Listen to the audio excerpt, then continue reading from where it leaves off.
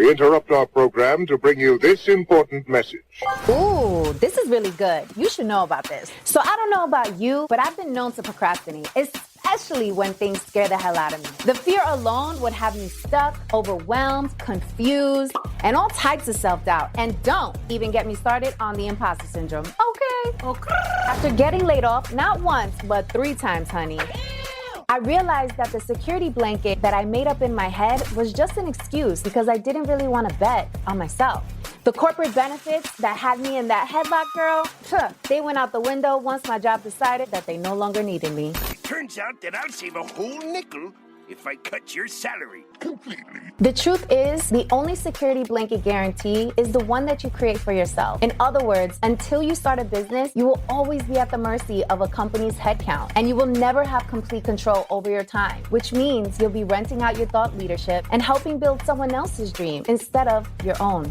If you've been waiting for a sign, this is it. Don't you think it's time you stop playing small and tap all the way into your power, sis? Check out www.victoriajen.com/training to learn my 3-step process, the exact 3 steps that I took to make the transition from corporate to entrepreneurship. And this is helpful even if you don't know what type of business to start and have only one source of income. And this is absolutely free. It is my gift to you. I want you to win. It's winning season. In fact, what's that? It smells like winning season. Okay, so tap in and I'll see you inside the training. Let's go.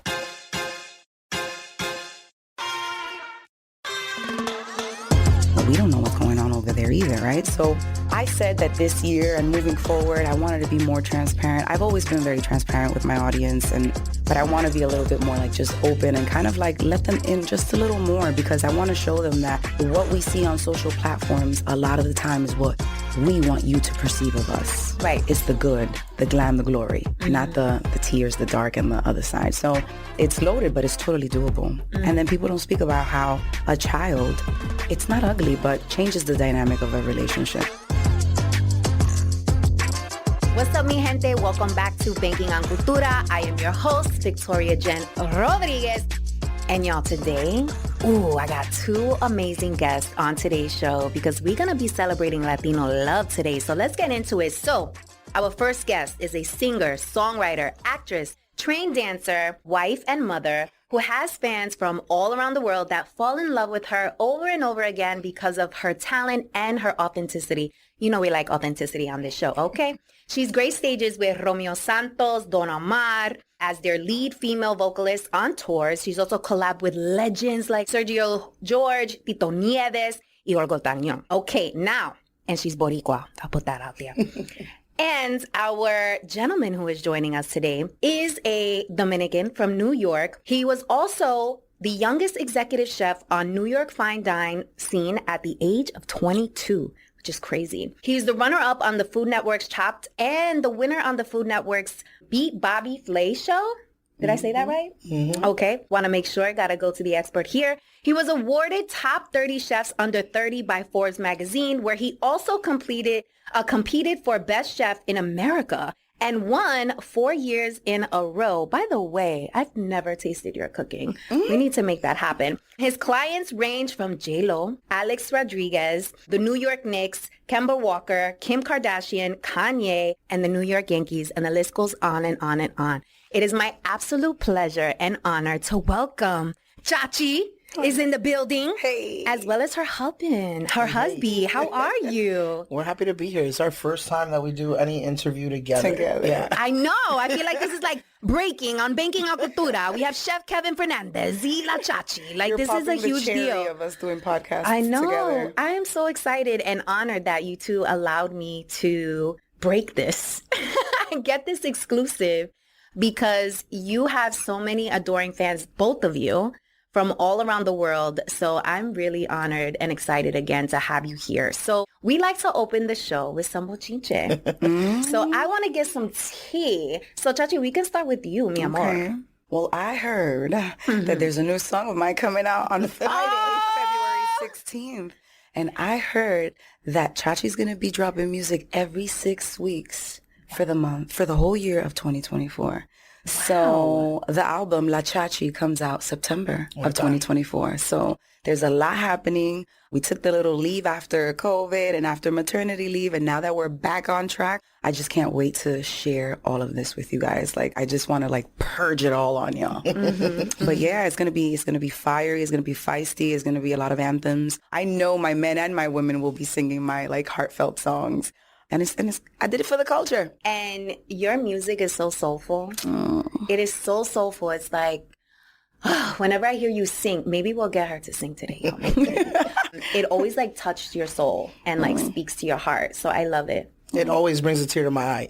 Even if it's like the 10th time of me hearing that song, but if I see it live, there's so many people, friends and family that caught me on video when I'm at one performance, and I'm always like, so beautiful. That's my boo. That's my baby. That's my wifey right there. Bochinche, a little bit of bochinche about me. You know, I can never stay away from television, right? So I have nonstop filmed 2 shows for some big networks. Can't mention names, can't mention what type of show yet until it officially comes out, or whether it's a little preview, whether it's a commercial, whether it's a trailer, then I can officially tell you what. But be prepared to see a little bit more of me on TV, and hopefully within this year, a location or 2 where you can have my food. No more just me coming to your home and try to, we always... I got the tea on that one. If you want the bochinche. I do want always it.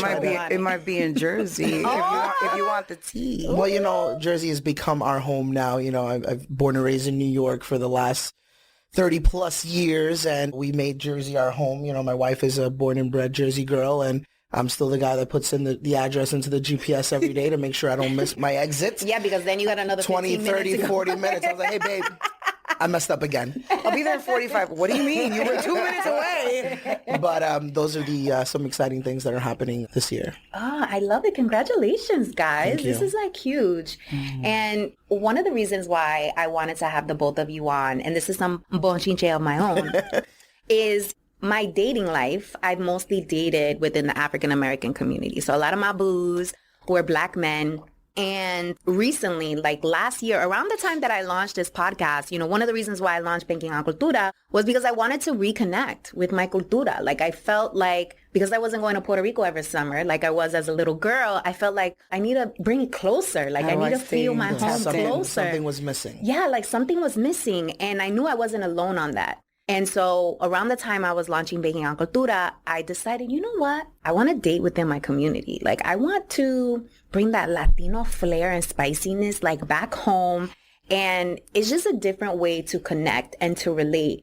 And I wanted to use the platform to celebrate Latino love. Because we hear a lot of bonchinche about the love not working, we got this chi on this side, on that side. And so I wanted to offer the opportunity to celebrate the both of you, because I think all of us in the community of this love and this matrimony that you have, like it literally exudes. Like I remember seeing ChaChi perform and Kelvin's there with his flowers and he's in the front, he's filming. It is like the cutest thing.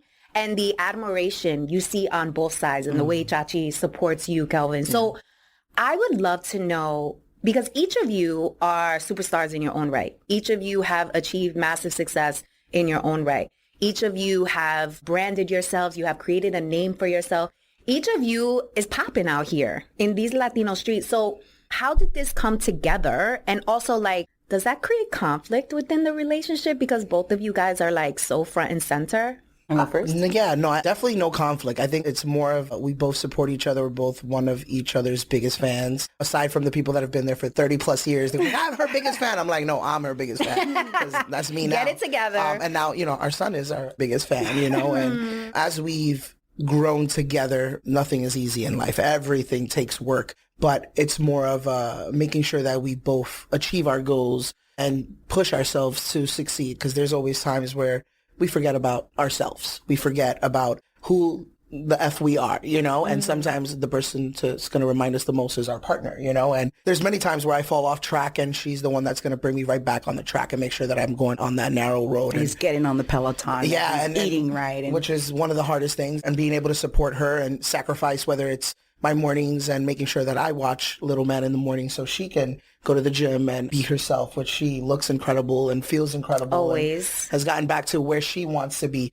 but it's more of a just mutual support in each other and wanting each other to win, because when she wins, I win. When I win, she wins. So I think that's what works best with us. So when you first got together, was there anyone like that was sliding up in the DMs that y'all both needed to like simmer down and be like, listen, I'm calm down. This is my... Because listen, a man that could cook, and then ChaChi with those curves and her moves, So me and ChaChi have known each other for, I would say, like 7 years, but officially we've been dating for 5, married for almost 2 years, and we've just hit 2 years of married, but became friends on Instagram. And it's one of my favorite stories to tell, because I feel it was just like yesterday, just, you know, flirting with her and sending her little fire emojis when I see a little pic. I didn't know fire emojis was flirting though. that's how people shoot their shot now. It was light. It was little light work. It was just going over my head, and I'm just like truly thinking it was always so platonic. I mean, we literally did follow one another for like multiple years before actually meeting in person. I was a big fan of Kelvin. I knew how young he was and how he was making such big moves in his community. So as part of the Latino gang, I was like, you know what? Like, I'm rooting for this guy. I don't know him off a can of paint, but I like to see our people win and grow and represent us in a beautiful light. Or in tan chulo también, don't front. Right, he's so cute with those cute lips and stuff. But anyways, no, but so we did have that relationship or that friendship where he was always like, you know, supporting me and or like telling me, yo, you're doing great. Wow, that show looks incredible. My next time off, I'm going to try to make it. Or when he was an executive chef at different restaurants, he'd be like, oh, you have to come through. And I'm like, yes, the next time I'm in town, I'm just traveling, I'm on tour, I'm doing this. So we never kind of coincided. And then finally, it's like we had a serendipity moment where a friend of ours, influencer, invited me to her party. She hired him to come and cook at the party. And I told her I would let her know if I was going to make it because I was in Miami working on my project. United tells me there's a nor'eastern storm coming, and if I wanted to change my flight, they would honor me that and give me the flight like 2 days before so I could get out of Miami and make it home on time. So I was like, you know what? I kind of miss my family, grandma. Let me go home and just... So then I remembered, and I'm like, hey, Marcel, by the way, I'm going to be here. I landed today, so I'm going to be here tomorrow if I could still go. It's up to you. And she was like, absolutely. Your name's not on the cup, but it doesn't matter. And I was like, I don't care about no cup. And so when he got there, I remember I was talking to a friend of mine in the kitchen and to my friend's mother-in-law. And we were talking about life, relationships, all this other stuff. And I was telling the lady how I had been celibate for 2 years prior.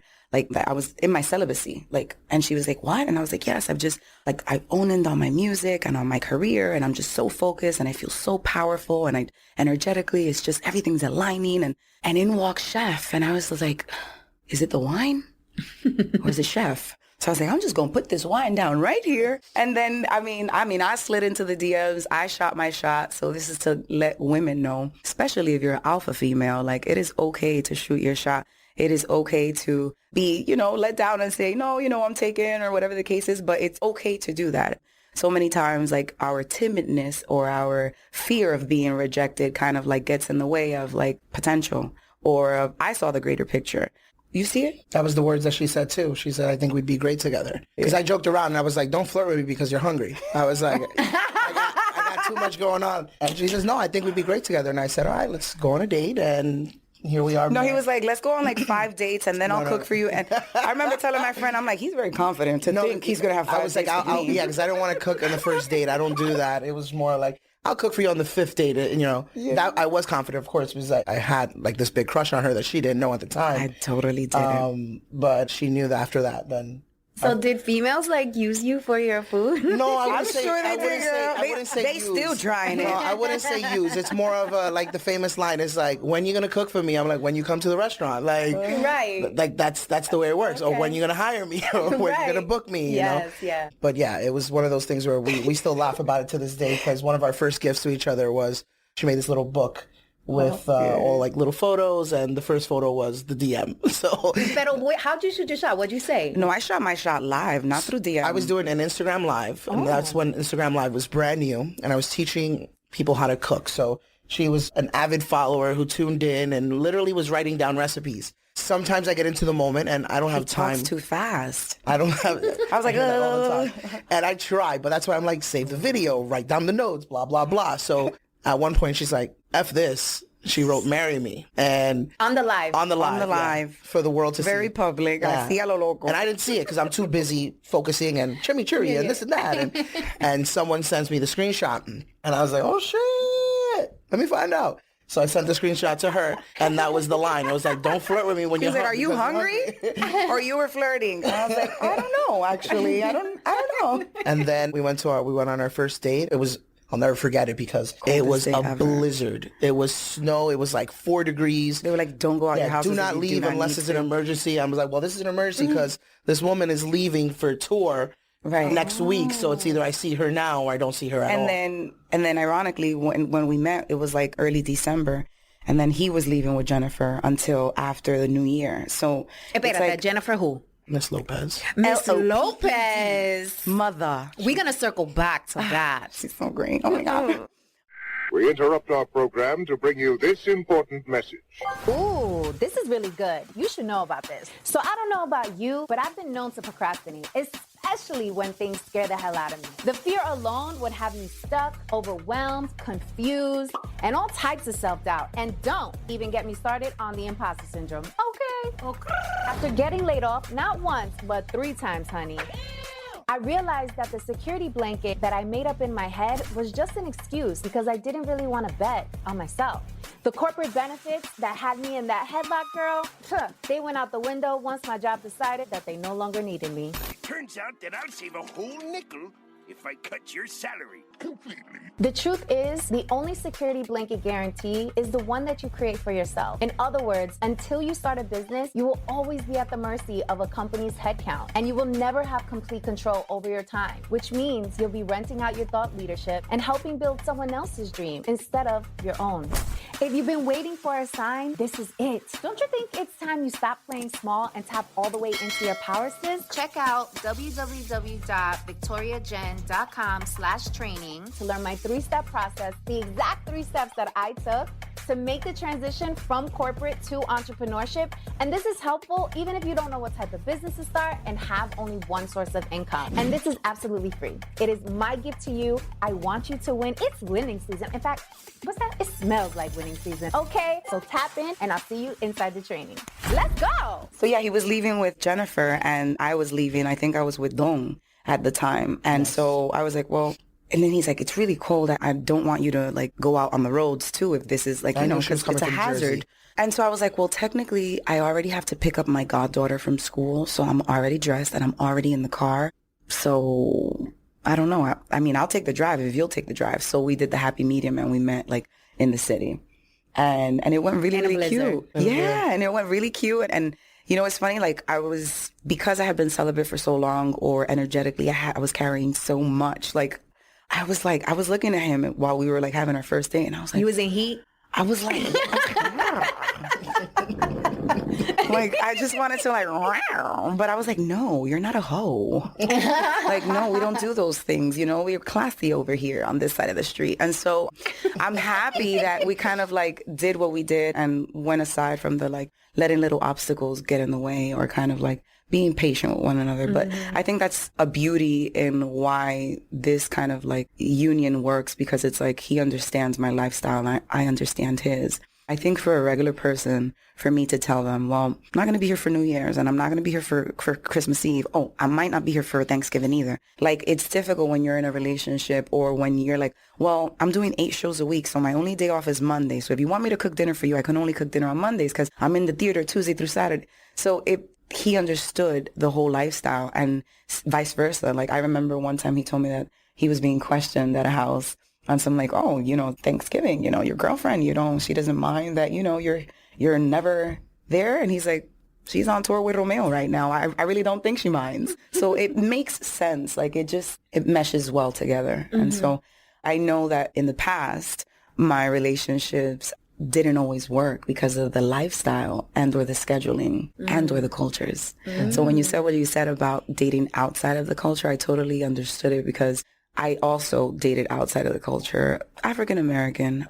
And there was that like, I love to dance and they dance, but like my salsa, my merengue, I'm a professional salsa dancer. So I mean, my husband, you can't teach that those hips and that little swag. You can't teach that. I mean, you could try. Right. I mean, I could teach you, but I have to charge. No. But I wanted that. I wanted the culture. I missed the culture and or the being able to share music or artists and like just be like, yo, I love that song. And what does it mean? What does it say? Like, so not having to explain it all. And when I found Kelvin, I don't know, it just felt right. And it just kind of made sense. And a lot of things that were issues in the past with others weren't here. And so it felt like familiar, like, you know, Yes. like I've been here before. And I think timing. Right. I think you both Divine were like timing. at this space where, I mean, you're willing to travel in a blizzard. Obviously, there was something there for the both of you. I don't know if to thank United, if to thank Marcel, if to thank, I don't know who to thank. God, the universe, like Instagram. I never looked at social platforms like Match.com and stuff like that. So, and if now I start to think of all the fire emojis and all the emojis and everything, oh my God. The things I have in my DMs. Oh, I could imagine. Forget it. No, guys and girls, because the girls are very ballsy. I'd be like, oh, girl, oh. Made me clutch my pearls like, I'm going to blush. So the both of you are creatives in your own right, entrepreneurs in your own right. So what are some of the challenges that come with that? Because now you have this beautiful son that is in the mix. So how are you managing it all? What's up, mi gente? Bet you didn't know that Discover is accepted at 99% of places that take credit cards nationwide. You know what's a little less accepted? Taking financial advice from random usernames and avatars you found on some forum. That's just sketchy. No offense to all the finance bros out there on the internet. Based on the February 2024 Nielsen report. Learn more at discover.com/credit card. Get more than you expect with the $5 meal deal, part of new McValue. 5 gets you a McDouble or McChicken and a small fry and a small drink and a 4-piece McNuggets. Woo! New McValue at McDonald's. Prices of participation may vary. McDouble meal $6 in some markets for limited time only. I think it's knowing how to separate when it comes from business and then family. Like, it's always going to be family, but there's times where I know he's bombarded with work and he has his emails to send, his deadlines, his menus to curate and things like that. And I know that I need to like relieve him a little bit so that he can get it done. So I'll make sure I have Eden. Even if I don't clean the house and I don't do the things that I wanted to do, I'll take the load of, let me just handle him because Eden requires attention, you know, and so that he could do what he does. And then vice versa. Like there's times where, you know, if perfect example, yesterday I had to do fashion week and he held it down with the baby all day. Like he was like, no, go do what you have to do. After that, I went to a shoot. He was like, he's fine. Everything's good. Keeping me like, you know, updated with what's been happening. And so he relieves me. So it's like a mutual thing. And then because we're entrepreneurs individually, but then we do productions and business together, I think that's where we have to separate husband and wife and business partners. Because when it comes to business, I am like very, I don't know, what would you call me? I like things to get done. And I don't like to procrastinate and I don't like people who waste my time. I like paying for things so that they get done the first time around. Because you do mediocre, you pay double the price. So I don't like the room for error. I don't like the room for I like things to get done in a certain manner. Like there's time for play, but then there's time for business. And when she's in work mode, I'm like, you better be asking her questions about work. Like, especially if we're doing an event together and... Because I'll bark, not bark, but you know what I mean? Like, if you ask me something that's going to take me out of the realm in which I need to be in, which is the producer, the executive producer, the one that's paying for stuff, and you're asking me something that makes no sense with anything that has to do anything for the next 48 hours, it's like, what did you just ask me? Like, where are you going? So I don't know if it's the fire sign in me or if it's that I'm too Latina for some people, but, you know, I'm very passionate and I love what I do and I take it very seriously and I respect it. And I respect my craft and I respect my fans and I respect their money and I respect how they love us. And there's no such thing as a perfectionist, but we try very hard. Yes. To be and we listen and I listen to people when they're like, oh, but you know, this and this. And I'm like, all right, babe, you know what? They said this, so maybe we should blah, blah, blah, blah. Like, oh, you guys, it might be too expensive. You know what, baby? Let's get 2 tickets out. Let's do a raffle. Let's figure it out, whatever. So we listen to the community as well. So and I think that's what's always extra hard for us when we're putting together these productions. Because once I get to work with this beautiful lady, it becomes a production. And I know that. And I'm grateful that I have someone like her that it's not just about me anymore. And I don't mind. I enjoy sharing the limelight because we always joke around when we go out to eat. I'm like, how many people are going to say hi to you today? Or who's going to win? Or we'll be at the airport going and 1, I'm like, 2. so, yeah. And it's fun because we enjoy it. And I'm used to getting that a lot. But now it's just like, all right, good. It's her turn. Let her enjoy a day of bombardment, but it's fun. But I think it comes back to the point where we do care a lot of how much someone spends on an event with us, but people also need to understand that it takes a lot to put on these productions because we're getting these spaces raw. We have to rent tables and chairs and silverware and plates and lighting and sound and stage and musicians and rehearsals and costumes and food and alcohol and aerialists and burlesque dancers and so we and of course, you know, again, like I said, going back to that word, perfectionist, we want to put on the most amazing show. And I know that I can turn around and everything's going to be perfect on her end, and she can turn around and focus on what she needs to do, and everything's going to be great on my end, you know? So that's what makes it the most fun. But we're going on our 4th year in a row doing the Valentine's Day event, which is special to us. It's the first time that we're doing just one day. I thought he was going to tell her something else. Oh, my God. What? Valentine's Day is the first time. Oh, yeah, Valentine's Day is the first time we also had... Oh, yeah, got it in on Valentine's Day? Yeah, that's I get cute. So it's a special day. But it's Get cute. I swear I was like... It's also... You thought that's what you were going to say, but now it's out there. It was 30 Now minutes it's out ago. there. You heard it here on Baking on Cultura. Exclusive. But Valentine's Day, a couple years later, was also the same day that she told me that we were going to have baby Eden. So it was a nice surprise. Aw, you guys are too cute. And then only did she not know that I joked around at dinner when she told me that she was pregnant. I'm like, great. I have 8 months to propose to you. I said, don't you dare propose to me because I'm pregnant because I will tell you no. But only did she know I already had the proposal listed for that week. So Tuesday was Valentine's Day, and that Friday I was already set and scheduled to propose So I to her. surprised him and he surprised me. Look at the So way the I joke universe around and I'm like, great, I got to show you receipts. But she didn't understand what that meant. Until the day of, I proposed to her, which was very hard to get her out the house because she was already not feeling well. So I had to lie, and I told her we were going to an engagement party. She just didn't know it was hers. And I got her He lied very well. I got her.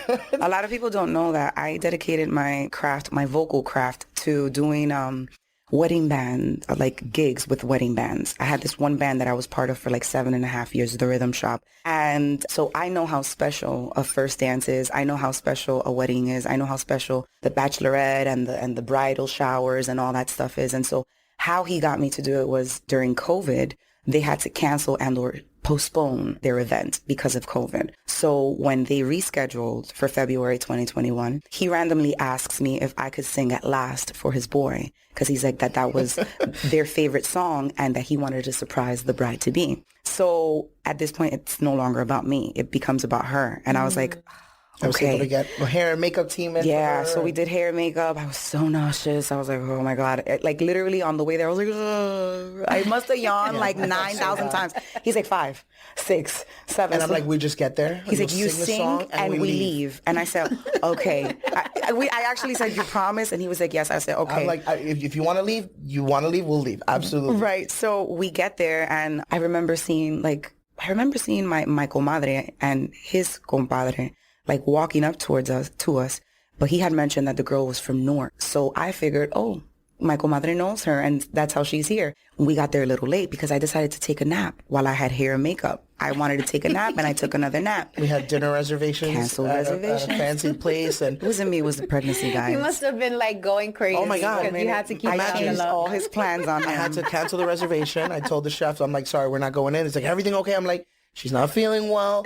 Here I am having some tacos and drinking some champagne by himself in the living room. And I was texting my compadre. I'm like, she's sleeping. She wants to cancel the day. I was like, I'm not letting her, but we're going to make this happen. So thankfully, when we got there. And I see my comadre coming towards me, and she's like, with the microphone, we got there late because of the snow. So we weren't able. That's another thing. Every time we plan something drastic happens. A heat wave, the coldest day, a blizzard is always something. Pandemic. Yo, so my best friend is walking towards me with the microphone, and I'm like we were late. So I'm like, hey girl, it didn't even click. I'm trying to go for the microphone so that they could fucking start at last. On this show, no worries. Okay.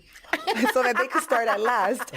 And my comadre, like, she goes to give me the microphone, she goes, and I'm like, stop playing. Like in my head, I'm like, what are you doing? And then she gives Kelvin the microphone, and I was just like, what is happening here? And then I look, and everybody's like turned around. And then when they turn around to me, they have the signs, and I was like, oh my God. And start crying like a pendeja. Oh, but it was beautiful. He did such a great job. He's such a like detailed person. Like he pays attention. He like, if I say I like something today, like in a year from now, he'll remember that I said that. And so that, guys, you need to listen. You need to do better. I just think, and I don't want to say that do better. I don't want to say it disrespectfully, but I think it's very important to show the woman that you're asking, for their hand in marriage. Make it special. I thought so many different ways. I had that ring for so long, and I contemplated, and I changed, and I had ideas, and then I'm going to say this, like, who proposes and then leaves for 3 months? I do, that's the job that entails, because it was a point where I don't want to leave her for 3 months after feeling something so special. But then I was like, then it's not going to happen at all. And then I'm going to feel like, what if we get into a fight and I'm going to be upset? I'm like, I'm not giving you this ring. Now we're going to wait another 6 months. Little jokes like that come through and you think of it. But I've seen so many proposals, and I just wanted to make it special. I was going to propose our 4th year anniversary in Costa Rica. It was just me and her. I thought he was going to propose. I felt it in my core. Like, I was like, this is really weird. This is such a beautiful place. Why is he hiring? It was a mansion for just a photographer? Because she always says that, and this was my thought, she always says we don't take any photos together when we're dressed up. So I was like, this would be my league way. I'm like, hey, I hired a photographer, so now take as many pictures as you want. Flowers came, beautiful roses. We had massages in the morning. We had a chef for the week. And then I canceled it because I saw something on Instagram while I had the Costa Rica in the ring with me. I canceled it because I saw something on Instagram where someone proposed in front of their family. And I was like, wow, we are both so family oriented that I think sharing that moment with the ones that we love is a lot better than just me and her. We'll have plenty of times where we can have moments for just us. But I thought it was so special. And then I had like a week to plan it because I felt bad because I had her best friends in this group chat where I'm just like, I canceled it. I'm not going to do it. Oh my God. And they're like, what do you mean? I'm like, I'm going to do it on a different day, but I want everybody there. This is why. And I sent them that video. They're like, oh my God, this is perfect. I was like, all right, we're going to pull it off. And thanks to the help of all of her lovely ladies in her life, we were able to create a memorable night. Well, I think you have the skill set of paying attention to detail. Like as a chef, presentation is everything. And also having like the right ingredients to make this meal. It's like the same thing. You had the right ingredients to make like this meal, quote unquote, this engagement, this proposal.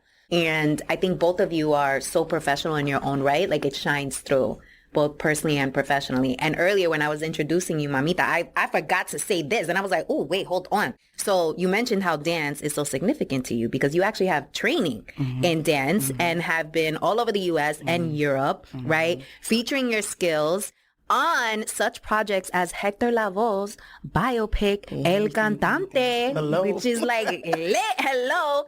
And you also create and produce your own shows, such as your acclaimed burlesque performance, Fibre. I'm sure you get a lot of DMs after posting those videos because, honey, you make me feel like I need to go in the gym. I need to buy tassels. I need to, like, do all the things. I need to whip out.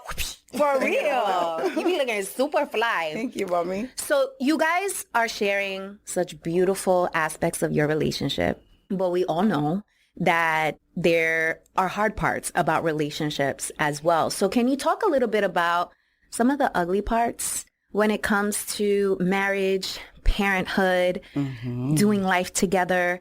Because in those moments, I feel like others can learn the best. And I'm sure and assuming here, but that's also where you both learn individually and both as a team, as a couple. So is there like an example that you're willing to share with us that would be beneficial?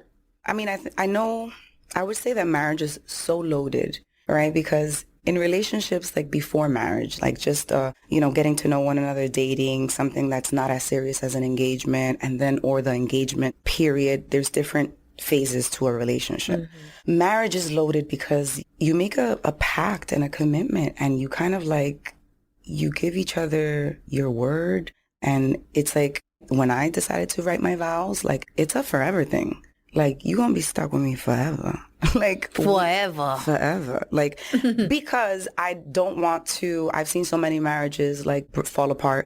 And I would be the first person to say that we're all human and nobody's perfect. And so if you're looking for perfection and you don't understand that a relationship takes compromise and listening to people, but also listening to the unspoken language, to what's not being said, that's important. So love languages make the world of a difference, right? But in a union of marriage is like, I can't tell you, you know what? Fuck it, we're going to break up. Or I need a break, bye. Or slam the door and not call you for 2 weeks. Or like you can't do that. Like you have to fix the situation. You have to like work through the problems. You have to have the uncomfortable conversations. You have to do the work that requires you to break the fuck down before you could build it back up. It's not as pretty or as happily ever after as Disney painted it out to be. But the beauty of it not being so pretty is what makes it that much more grand, because we're humans and we make mistakes. And I feel like he's a reflection of me and I'm a reflection of him. So if I screw up and he can't forgive me, or he can't see where I was coming from, or he can't, then it's like if he won't forgive himself, or you know what I mean? Like, so when I look at his errors or times where maybe I've dropped the ball or maybe he's dropped the ball, I don't want to be so like cutthroat with him, because I'm looking at my reflection and I want somebody to have compassion with me. And I want somebody to, like, I don't know, teach me better or help me grow if I fuck up or make a mistake or drop the ball or fumble. It's my job to make you a better person. Like, I wouldn't want to make you a better person for the next chick, but it's my job to bring out the absolute best in you, not only for me, but for you, for our child, for our union, our foundation. So it's not as easy. I mean, it's all cute and glam when everybody's taking engagement pictures on the gram, when everybody's going on honeymoons and doing the weddings and doing this, that, and the other.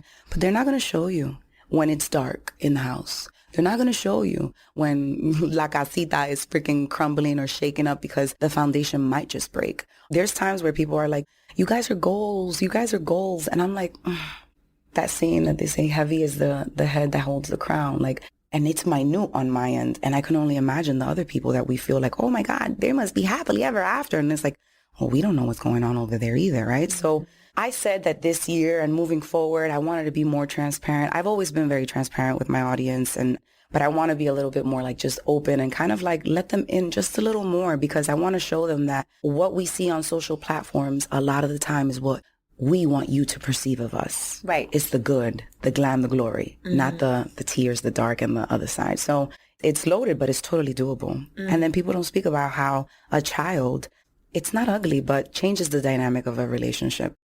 We interrupt our program to bring you this important message. Ooh, this is really good. You should know about this. So I don't know about you, but I've been known to procrastinate, especially when things scare the hell out of me. The fear alone would have me stuck, overwhelmed, confused, and all types of self-doubt. And don't even get me started on the imposter syndrome. Okay. After getting laid off, not once, but 3 times, honey, I realized that the security blanket that I made up in my head was just an excuse because I didn't really want to bet on myself. The corporate benefits that had me in that headlock, girl, they went out the window once my job decided that they no longer needed me. Turns out that I'll save a whole nickel if I cut your salary completely. The truth is, the only security blanket guarantee is the one that you create for yourself. In other words, until you start a business, you will always be at the mercy of a company's headcount, and you will never have complete control over your time, which means you'll be renting out your thought leadership and helping build someone else's dream instead of your own. If you've been waiting for a sign, this is it. Don't you think it's time you stop playing small and tap all the way into your power, sis? Check out www.victoriajen.com/training To learn my 3-step process, the exact 3 steps that I took to make the transition from corporate to entrepreneurship. And this is helpful even if you don't know what type of business to start and have only one source of income. And this is absolutely free. It is my gift to you. I want you to win. It's winning season. In fact, what's that? It smells like winning season. Okay, so tap in and I'll see you inside the training. Let's go. Whether it's married or not, like a child is going to change the foundation no matter what, because it no longer is about you and I. It's no longer of us being spontaneous and, oh, we want to go to Egypt tomorrow. Let's go. Boom, boom, boom. We can still do it because the baby has a passport. And he's already been to Paris and he's only 2. Baby. He's already been to Paris and he's only 2. But that's to show you like, like it's a lot, but it's more beautiful than the sleepless nights. It's more beautiful than when they have fever and throwing up and they don't feel well and you haven't slept in a couple of days because they're not doing well. You just really have to, you can't have children with everyone. That's one. I think I'm happy that I started late in life. I waited, I traveled, I toured, I did everything I wanted to do. And then I got pregnant at 35. And if I could do it again, I probably would get pregnant at 33, just so I could have another one before 40. That's the number one question. Where's the next? When's the next? I know. It's like everyone always applies this pressure. Like first it's like, where's your boyfriend? Like, do you have a boyfriend yet? And Especially then you get a boyfriend. holidays. It's like, don't even get me started. Oh, well, when are you guys getting married? And then you get married. Oh, pero where's the kids? Like, what's happening next? It's like all this pressure. So Kelvin, did you ever have to like battle through some machismo? Because you are Dominican. No shade. No. I think life is surrounded by that, when even for multiple different examples, as me getting into the culinary industry, it was a taboo because growing up in a Dominican household, cooking was for girls. That's the mentality that I had, and it wasn't until I started working in restaurants and seeing that behind the scenes, it was predominantly male oriented. And I'm like, where was this growing up? Even though my dad's a chef, my mom was an incredible cook. She's in hospitality, and it's like hospitality was in the blood, but my dad didn't want me to pursue this career when I was young. He's like, go focus on, having girlfriends, go do good in school, go play sports. And I'm like, I'm doing all that, but I also have an interest in this now. It wasn't until I was like, I think 21, 22, where he was like, all right, this is what you want to do. Let's push as best as possible. When you became known as the youngest chef in America. And it wasn't until 21, 22 that I did the musical Celia Cruz that my mom understood, oh, she's supposed to be on stage. Yeah. It wasn't until she saw that whole audience captivated that then she believed, like, they always like pushed me to do. But after a certain age, she was like, I don't think the dancing is it anymore. Like, I think you should go back to school. Mm-hmm. So I decided to go back to school for music and education. And on the first day of college, full time, Maria Torres calls me to see if I could come in and help her style and choreograph Celia Cruz the musical. And I was like, what? God, why'd you do? But I did both. I literally did both things. And so that's to show you, like, sometimes you got to see it to believe it, even if it's your parent. With our parents, I always joke around. I think, especially being Latino, and growing up in that household environment, I say it's always harder to convince your parents that you're going away somewhere without them. Like, I remember being 17 and winning a scholarship, and I'm like, hey, I got to go to France. Mm-hmm. You can't come. I'm like, it's just the class and what do you call those teachers that are supposed to watch you? Chaperones. Chaperones, yeah, and the chaperones. And I was always joking around. I was like, try telling your parents that you're going somewhere for 2 weeks across the world without them. That was the harder challenge than me, actually doing it. I brought my mom to the first salsa congress I ever went to in Los Angeles, and I remember it was like a Memorial weekend, and it was from Thursday to Sunday, nothing but dance from 9 a.m. to fucking 2 a.m. in the morning. And when she saw that, that's when she was like, all right, where are you guys going? We're going to Czech Republic. Where are you guys going? Australia. Where are you guys going? Amazing. Oh my God, Cuba. Like, so she had to go to the first one to understand, like, there is no time for anything else here. It's nothing but dance. You're consumed in the world. And she was like, all right. She saw that there was other people my age. She saw that it was like wholesome and kind of like a community thing. She felt more safe. Yeah. Right. Mm-hmm. But same, like all over the world without my mom. Like, bye, Mom. Where are you at? London. Bye, Mom. Bye. So. Yeah. I remember my first international trip was Italy when I was in college. And my dad still to this day has just got his passport. Well, my mom, I just gave her their application 2 weeks ago. Yeah. So I took him to Mexico for his 80th birthday. Amazing, I was like, let's start getting you out of the country. Yeah, absolutely. But Kelvin, my question was targeted when I said machismo because I wanted to know if that came up, like if that comes up in the relationship, right? Like, because Latino men, there's this stigma that they carry this, machismo, etc. So do you find that coming up in the relationship? Did it ever come up? No, I think the most important thing about our relationship is that there's balance, and there wasn't like a way, I think I've always been, especially growing up with my parents, I was always taught to be the provider, taught to be the, the nurturer, but there's times where I need that and to make me feel complete. And that's where she comes in as a partner. I think being grateful for her as a partner to make me a better person, a better human being, a better dad.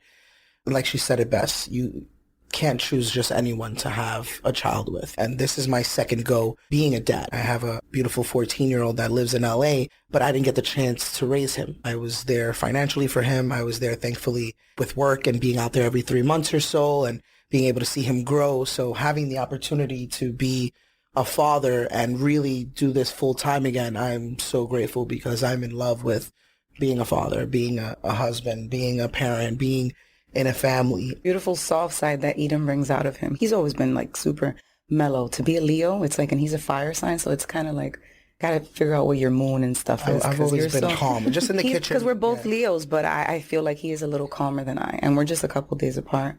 Mm-hmm. I'm a lot calmer than she is. He's never been the type to like tell me like, oh, you can't wear that, or you look too sexy, or what do you, he's never I embrace it because I know if she's a beautiful woman and I see her that she's beautiful, I don't even care, but I know that there's thousands of guys slipping in her DM and telling her how beautiful she is. I just got to make sure that I'm the first one and I'm the last one to tell her every single day, so she knows that, you know, I still love her and I still think that she's beautiful. Yeah. I'm happy. And I'm not the super jealous type, but there's times where, you know, she walks out and I'm like, shit, I'm not gonna be with you tonight. I'm a little jealous. That's the only time I get a little jealous. Come back. You went to the gym like that? Like, no, I took a shower and I just changed. I just put gym clothes on again, but no. Oh my goodness. Okay, so before we get into the Talk That Talk segment, I have to know what it's like working with J-Lo.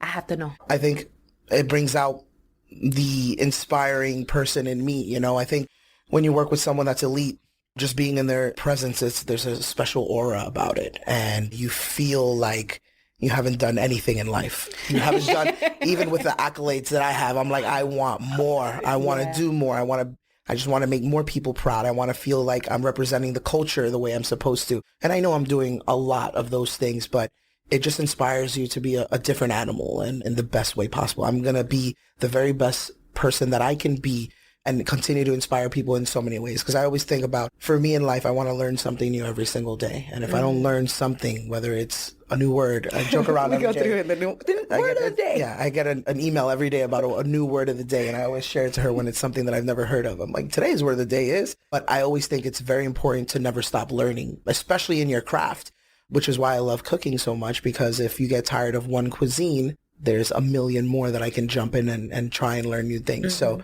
it's just one of the best feelings in the world. And I have so many amazing memories. And the best to this day, and I've told her many times, is Thanksgiving cooking side by side with her. And it's like having no sous chef, but Jennifer Lopez is my sous chef today. Amazing. One of the coolest moments. She's so inspiring. I think can't nobody outwork her. Girl, and she makes me, she literally makes me want to work harder. She literally makes me want to dib and dab.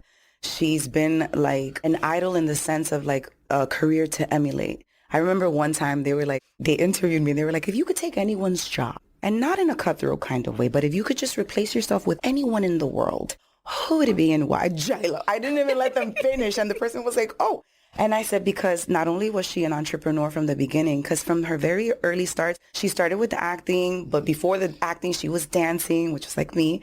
And then she did the singing. I'm like, oh, okay, that's like me too. And then she does the entrepreneurial stuff with her makeup and her perfume line and then her clothing line. And so I'm like, this woman, this is me like high school, growing up, 20s. I'm like, this woman does absolutely whatever she wants, whenever she wants. Can't nobody put her in a box. And I'm like, and she's Puerto Rican from the Bronx. Like, so it was like finally seeing myself there, finally seeing like, you know, somebody that looked like us up there. And so I had the honor of working with her during El Cantante. That's something that I'll forever hold in my heart. I was a principal dancer in that film. And my dance partner at the time for that film was, rest in peace, the legendary Hinton Battle. Hinton Battle was one of the first people to take Jennifer international to Japan after high school with her dancing stuff, right before In Living Color. So every time that Leon Chasso, the director of El Cantante, may he rest in peace, would say cut or hold or whatever, Jennifer would come to us. It was really to Hinton because that was her like mentor, dance teacher, you know, friend. But because I was his partner, then she was coming to us. So we shared a lot of little moments, especially the house party where Leon chose me and another girl to like greet her every time she came in. That was cut in the editing room, but like we literally kissed and hugged like 12 times and they filmed it from all different angles. And then I was her shadow. So technically the camera was over me. And if I went like this, then she was doing it. So I was basically just giving her what to do so that choreography wise, what we practiced in the rehearsals, she didn't make the rehearsals. So just to give her like, though I didn't have to give her shit because it's Jenn, she know what she's doing. But it was so cool. And I remember the house party, she was like, she looked at the floor. She's another Leo. She looked at the floor and she was like, I'm sorry, but what house party you go to and the floor is like clean? So she came and she threw some chips on the floor. She was like, and I was like, right? And so it was a cute little moment.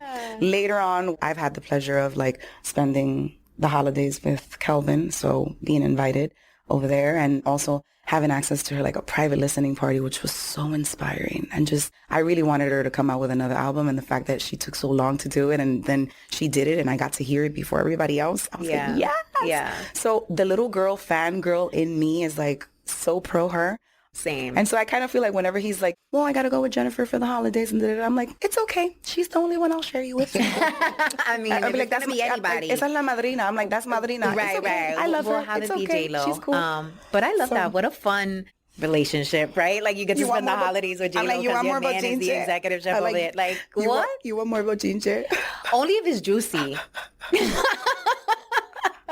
I had a moment where I almost cried for real, like right before I left to Miami, because he knows I swore that background vocals, I was like, I have to stop confusing the universe, and I'm a star and I am working on my project and it has to come out. And the universe tested me to see if that's what I really wanted. And that if I was being a woman of my word and I was going to stick to what I said I wanted. Right. Okay. And so a day before leaving to Miami, I get the call to see if, not even through Jennifer's camp, through SNL's camp, they needed a background vocalist for Jennifer for Saturday Night Live. And with the heaviest heart, I had to say no, because I had to choose me, my project, everything that I have going on this year, all the people that I respect that have given me their time, that have scheduled me in, that have so that's where professionalism also comes in, when you really start to respect everyone's time on the team, not just yours. Like when we think of what Kelvin and Kelvin's Kitchen is, yes, Kelvin is the face and he is the head honcho of it all and he's the mastermind, but there's a lot of other people that make him so very powerful. Same with me. And the more he gets into his restaurant thing and the more I get into my album, we understand that other people are going to come into the picture. But it was a moment that I wanted to so bad be here. Yeah, I know. Like the little girl in me, the little girl in me was like, no. I could only imagine. You could do both. Everything is possible. Yeah. But then the adult me was like, Cha, you've had your time with her. You're like within the 2 degree of separation. Like, calm down, let go, let God, and the universe will take care of it. Not only that, but you're not a background singer no more, baby. I know. In the front. You in the front. That's right. That's what it is. That's what it is. So, like, no, sorry. I'm in the front. Thank you. We interrupt our program to bring you this important message.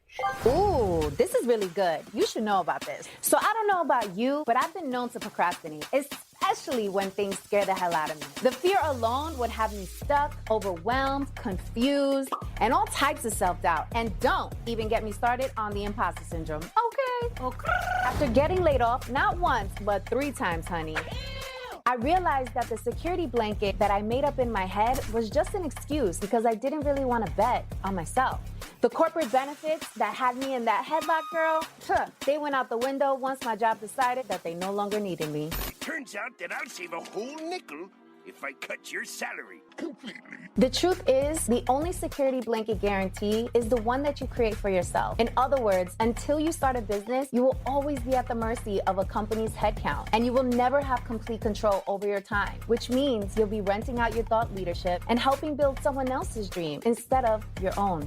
If you've been waiting for a sign, this is it. Don't you think it's time you stop playing small and tap all the way into your power, sis? Check out www.victoriajen.com/training to learn my 3-step process, the exact 3 steps that I took to make the transition from corporate to entrepreneurship. And this is helpful even if you don't know what type of business to start and have only one source of income. And this is absolutely free. It is my gift to you. I want you to win. It's winning season. In fact, what's that? It smells like winning season. Okay, so tap in and I'll see you inside the training. Let's go. Okay, so let's get into the Talk That Talk segment. And this is something where I love to address something taboo in the community. And I know, ChaChi, you've been vocal about your postpartum experience and mental health. And I would love to hear from Kelvin what that experience was like for you, because when women go through these experiences, I find that we tend to focus on catering to the woman. And it's like, okay, mama, are you all right? Like, can I do anything for you? How can I help you get through this? And we tend to push the dudes to the side. Like, you're not important. You didn't carry this baby. You didn't give birth to this baby. Like, you're not experiencing the same emotions that I'm experiencing. So, ChaChi, maybe we start with you explaining what was the experience. And then I would love to hear from you, Kelvin, how you managed that as her partner. I don't think I ever didn't want anything to do with him, or didn't some women get pregnant and they don't like their partner. They just want them gone. I was very much in love throughout my whole pregnancy, very much in like my bliss of it all. It was after the baby, just the intrusive thoughts, the inner turmoil, the fear of something new. I have an incredible support system, and I have a tribe that is elite. And Kelvin, like literally, he is the epitome of what I would say like a father figure, because from the moment Eden was born, he has not dropped the ball when it comes to Eden. Like, he has been so on point, like without even no one having to tell him anything or having to guide him. Like, it's something that came natural to him too. I did have a C-section, so I was a little uncomfortable. I was not feeling myself. I gained so much weight after because of complications, and I was retaining so much water, and I was swollen for over 3 weeks. And then think of having a C-section and then having to take care of somebody and feed and breastfeeding and milk not producing. And then, so there was just so many things that were happening where it's like, I know there was a silver lining in there somewhere, which is my son, right? That was the most beautiful thing that came out of the whole thing. But it's a dark and scary place.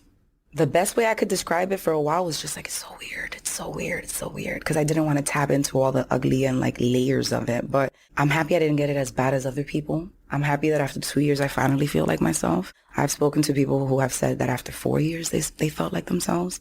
So I feel like at least it only took me 2 years to kind of snap back and get into it, not necessarily snap back in my figure, but mentally snap back into like reminding myself like who I am, that yes, I am a woman before anything, but I am also me before I am a mother, before I am an artist, before I am anything else to anyone else.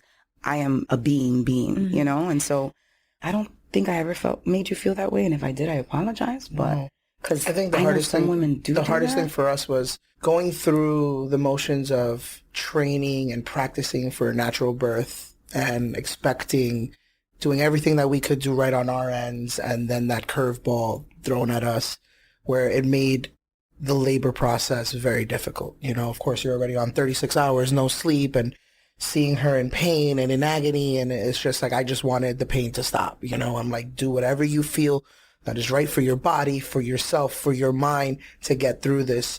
When Eden was here, I think it was, of course, the adjustment of you're never ready, right? You're never ready until it happens. And that's why there's always so many people that are like, oh, I'm not ready for this. I'm not ready for that. Well, you'll never be. You just have to put yourself in that situation and let everything work out, because it's that instinct that there's no wrong way of doing it. And I always said this to her when we were with the baby. I think the best thing that ever happened was our house not being ready and, purchasing a home and doing the construction. And we stayed at her grandmother's house for about 4 months. And that was, to me, I was like, shit, am I going to do this? When Eden was born? When Eden was born, because we were staying over there because we knew that we needed a foundation. We needed support system. But also, we didn't know she was going to have a C-section. We were planning on just moving in and just me and her and letting the second floor get constructed while we stayed on the first floor and vice versa. But I said the best thing that happened was that house not being ready, because everything we needed was at her grandmother's house. And I say that because they already had a system set up where before the baby, everyone came to visit grandma, because she has a tribe of amazing women that are all her daughters, and they come religiously Monday through Friday just to spend time with her. So imagine if we were there with the baby, it was just, okay, we can sleep for an hour. Right. Okay, you can sleep for an hour now. Okay, go take a shower. Go do whatever you need. But between me and my wife, we were in a great place. And even if she was going through emotions, she never put it on me. But there were times where I would see or I would notice, and there was nothing that I could do. No meal would make you happier, because, that's me. I want to fill your soul. I want to make sure that you're happy. I want to, even if it's give you time alone or sleep a little bit extra. And I'm still learning as well. I'm a new dad as well. Like I said, I'm a father of 2, but I didn't get to raise my first child the way I missed all those big opportunities, the first steps, and so on and so forth. So for this, I made sure that I said no to every gig outside of New York. If I'm not coming back home to my family, this is more important, especially in the beginning. So ChaChi, what were the emotions that you were experiencing? Like, what was it? Okay, so I'm going to try to describe this. It felt like I was so happy that I had this baby in my hands and that he was healthy and that I was okay, right? Because when you give birth, that's like a borderline death situation, real talk, on all levels. You could hemorrhage, you could bleed out, you can, especially a C-section, especially a C-section. But placenta or anything ruptures, like there's so many complications. So I was always grateful that we were both okay. But in the beauty of having the baby and the beauty of having the support system and the beauty of growing and being born as a mom, the beauty of seeing him be a father, I felt like my relationship with my boyfriend, with my fiance, with my soon-to-be husband, though it was growing here, it was deteriorating there. But it was fine and nothing was wrong. But then everything was wrong. And then it was like, I could literally be happy, I swear to God, and be cracking up. And then all of a sudden go from the cracking up to like just intrusive thoughts of like falling down the stairs with the baby, accidentally hurting the baby, accidentally sleeping on top of the baby and suffocating the baby, just intrusive and dark. And I'm so spiritual and connected with God and light that it was just like, I didn't know where this was coming from and I couldn't control it. It had control over me. So though there wasn't things that were affecting like Eden and us at grandma's house and all this other stuff, at the same time, I felt like there was something happening to the relationship. There was drastic things happening in my heart, in my mind, in my head, to my relationship with Kelvin. But everyone's like, oh my God, you guys have such a great da-da-da, da-da-da. And then that would put more pressure on me because I'm like, but why am I feeling like this? Nobody knows where I'm fucking living and nobody knows what's in my head and nobody knows, like, I know my heart, but like there's so many thoughts that it's like you kind of like get lost and confused and cluttered and, you know, like when you just have to separate and kind of be quiet just to like tap back in. Yeah. And so that's why I say that a child does do something to a relationship. I mean, sometimes some relationships are fucked up before the children come into the picture. Facts. But it's like there was times and parts where I wasn't sure if Kelvin and I were going to work. I wasn't sure if it was going to continue or if we were going to move forward with the next step. And at the same time, I was having the best year of my life. So yes. And we don't talk about this in the community, right? No. Postpartum or even like the mental health. Right. So Kelvin, as a partner, seeing your boo thing, going through this, there's literally like nothing you can do, right? It's something, I mean, you can nurture, you could be supportive, but like you said, a meal won't make this better. It's something internal. What did that do to your mental health? Like, did that fuck with you where you were like, yo, I can't be the provider right now. I can't nurture my boo? It was, more of I wanted to see her happy. That's always the question that we always try to answer. You hear the stereotypical, I'm like, even if it's not with me, I want you to be happy. But no, we got to a point where I just had to listen. I had to be able to be a better listener and not only learn from, my mistakes. It's more about show that you're learning and act on those things. It's not just using your mouth and saying it. It's actually physically making those changes or of being a better husband, better person, better provider. Even if I was doing everything I was supposed to be, it would come down to just feeling like, and it wasn't from her, it was just because you go through these motions, like, is everything that I'm doing enough? Or am I doing not enough? Or am I not focusing on the most important thing, which is my family? Am I focusing on other things that don't have to compete or even should have no space in my life anymore? It comes down to a lot of those distractions, and at the end of the day, the most important thing is building on what matters to me most. And that is my foundation. And that is my home. And that is my wife. And that is my son. And making sure that I am the best example for my son because he sees us every day. And that's why we never, even if we have our little arguments, we make sure that we never disrespect each other. We never raise our voices in front of him. And you can have the worst possible day, but when you see that little smile look up at you and just say, Dad, like it changes your entire mood, Up is his favorite thing. And when he's learning new words, it's like we have to reward him by doing those procedures. So up. You're constantly picking him up every 2 seconds, But that's such a better place now, knowing that we have those tough conversations, which is sometimes very uncomfortable because I feel like sometimes I shut down when I guess I've never been so much of the talker. I've never been I've always let things go. And hopefully we can sweep them under the rug and things are going to be better tomorrow. But I've learned with someone like my wife who loves to talk and loves to put things on the table and isn't going to let things sweep under the rug, sometimes that's better. And I learned that because I'm not confrontational. That's the way I said it.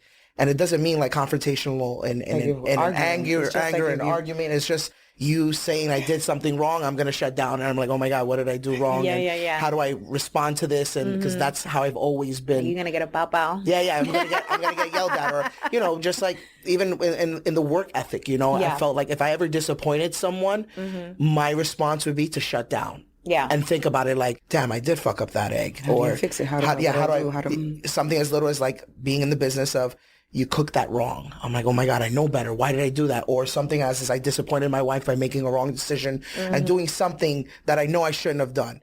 I was like, why? Why did I do that? How does that make her feel? Because in reality, if she's not doing well, I'm not doing well. Even if I'm the reason. Even if I'm the reason that caused it. Yeah. So there could be times where I can do something wrong and I know it, I sense it, I feel it. I'm not going to have a great day. Even if I'm the reason that caused that situation, I'm still going to hurt the entire day because I hurt my partner. We interrupt our program to bring you this important message. Ooh, this is really good. You should know about this. So I don't know about you, but I've been known to procrastinate, especially when things scare the hell out of me. The fear alone would have me stuck, overwhelmed, confused, and all types of self-doubt. And don't even get me started on the imposter syndrome. Okay. After getting laid off, not once, but 3 times, honey, I realized that the security blanket that I made up in my head was just an excuse because I didn't really want to bet on myself. The corporate benefits that had me in that headlock, girl, they went out the window once my job decided that they no longer needed me. Turns out that I'll save a whole nickel if I cut your salary completely. The truth is, the only security blanket guarantee is the one that you create for yourself. In other words, until you start a business, you will always be at the mercy of a company's headcount, and you will never have complete control over your time, which means you'll be renting out your thought leadership and helping build someone else's dream instead of your own. If you've been waiting for a sign, this is it. Don't you think it's time you stop playing small and tap all the way into your power, sis? Check out www.victoriajen.com/training To learn my 3-step process, the exact 3 steps that I took to make the transition from corporate to entrepreneurship. And this is helpful even if you don't know what type of business to start and have only one source of income. And this is absolutely free. It is my gift to you. I want you to win. It's winning season. In fact, what's that? It smells like winning season. Okay, so tap in and I'll see you inside the training. Let's go. Wow. Thank you for being so candid and transparent, because we need more examples like this in the community, talking about mental health, talking about growth as individuals and as partners. And it's so symbolic having you both here. And I was very intentional and specific about having ChaChi and Kelvin Fernandez come on the show to exemplify Latino love, artistry, entrepreneurship, soulfulness, and just so much beauty in how the both of you represent our cultura. So thank you so much for being on the show. Before we wrap it up, I have to tell you something. What? Tell me. No, we were discussing yesterday, and he's like, because he knows I'm very picky with who I give interviews to, what podcasts I do, what photographers. I'm just picky. And so he was like, why this podcast? Why Victoria? And I was like, well, she doesn't know this, but during the pandemic, you post a picture of you and I think you maybe posted a couple of other pictures, like a little carousel thing. And it was like smack in the center of the pandemic. It was a dark moment because no one knows what's happening. Everybody was like up in the air with the shutdown and this, that, and the other. And, you know, I had already looked at my life like, Lord knows we're probably like all going to die, or I don't know. And I had looked at everything I had done and I was just okay with it. And I thanked God. And I was like, you know, thank you. If I never get to do this again, at least I did it. And then I got into like this like dark, depressed kind of mode. And your post came like at the right time because it did exactly what it was supposed to do for me to have the shift. And it's like, you were like the gentle reminder, like from the universe, like, please don't forget who the fuck you are. Yeah, that you that bitch. Mm-hmm. And so I wanted to thank you publicly because I don't think I ever thanked you for that moment. But I told Kelvin, I'm like, I think I'm going to cry. And he's like, no, don't cry. I was like, yeah, I think I am. She cried. I cried last night, but I'm like, it was like 2 o'clock in the morning. Well, because, you know, sometimes we don't understand how powerful just like something as awesome as saying, you're doing great. could be. Like, you don't know what people are going through. And so, or someone does, like, those little things, it makes a world of a difference. So take that as just be the light. If you can't find the light, be the light for someone else, or even for a total stranger, because you have no idea how much life you're like feeding into people by just being nice, bro. I love that. Thank you so much for sharing that. Because I love you too, boo-boo. And I love you too. I love you too. Thank you for having us. I got to see her in her element. We met in Puerto Rico. You was on stage killing it. She looked fine. Okay. Her dance moves, everything. And I remember running up to you after you got off stage and you were so lovely and like so welcoming. And I was like, that's it. ChaChi's my boo.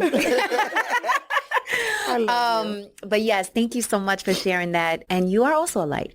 So even when you feel like your light is dimmed, you are also a light. Even when you don't think that you're not operating at your best or feeling your best. Thank you for what you do for the community. Kelvin, you as well. Tell the people one last time where they can find you, what they should look forward to, where to go. You can find all my music on all music platforms as Grizel del Valle. And my favorite platform, Instagram, at ChaChi Nation. Yes, I think I have to have you come back because I need to know where this ChaChi name came from. I got so many more questions, girl. Ay, Dios mío. Kelvin, where can people find you? You can find me on all social platforms as well. Chef Kelvin, ChefKelvin. You can look at me very soon on your TV, most likely your favorite food channel. And hopefully, like I said, at the end of this year or the middle of this year, a couple of locations where you can actually come and have my food and see me live. I'll be there. I'm going to be one of your first customers. Let's go. No, we're in Jersey. Hey. Yeah. Thank you guys so much again. Thank you. Besitos. Mi gente, did you enjoy this episode? Are you loving Banking on Cultura? Make sure to subscribe and follow us. Our goal is to grow this community so that we can all embrace our Latinidad, secure the big bag, and never question our cultura ever again. Please also take a moment to leave us a review. I love reading your reviews.